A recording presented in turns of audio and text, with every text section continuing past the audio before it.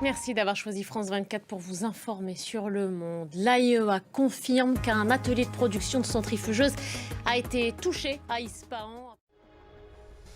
Au 9e jour de guerre au Moyen-Orient, Israël affirme avoir assassiné au moins 3 combattants des gardiens de la Révolution. Et puis des Iraniens contraints au départ. Ils sont nombreux depuis quelques jours à franchir la frontière turque. Des départs encore ce samedi. Que vous disent ces personnes avec lesquelles vous avez pu échanger? Eh bien, c'est d'abord un mélange d'émotions et de tensions à ce poste frontière entre l'Iran et la Turquie.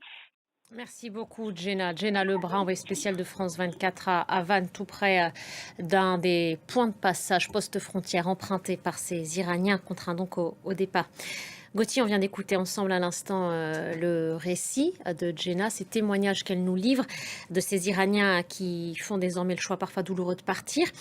L'un des objectifs aussi affichés par le gouvernement israélien, c'est un changement de régime. En tous les cas, Benjamin Netanyahou a dit miser sur un soulèvement populaire pour tenter de renverser ce régime. Ce à quoi ont répondu des membres de la société civile sur cette même antenne. Pourquoi maintenant? Pourquoi ne pas l'avoir fait au moment, par exemple, du mouvement Femmes, Vie, Liberté, quand on les a vus, ces Iraniens courageux, prendre la rue? Oui, c'est vrai, on les a laissés tomber.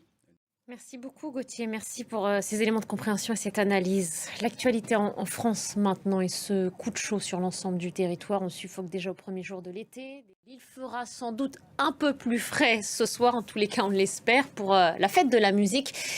Au programme, entre autres à Paris, ce soir, un concert dans les jardins du Carrousel du Louvre et des Tuileries. Vous êtes sur place, vous assistez donc sans doute aux derniers préparatifs, dernières répétitions avant le coup d'envoi de ce soir? Oui, c'est cela. Merci beaucoup Elodie, merci également à Nasrine Benzebouchi qui vous accompagne. Restez avec nous pour la suite d'Autour du Monde.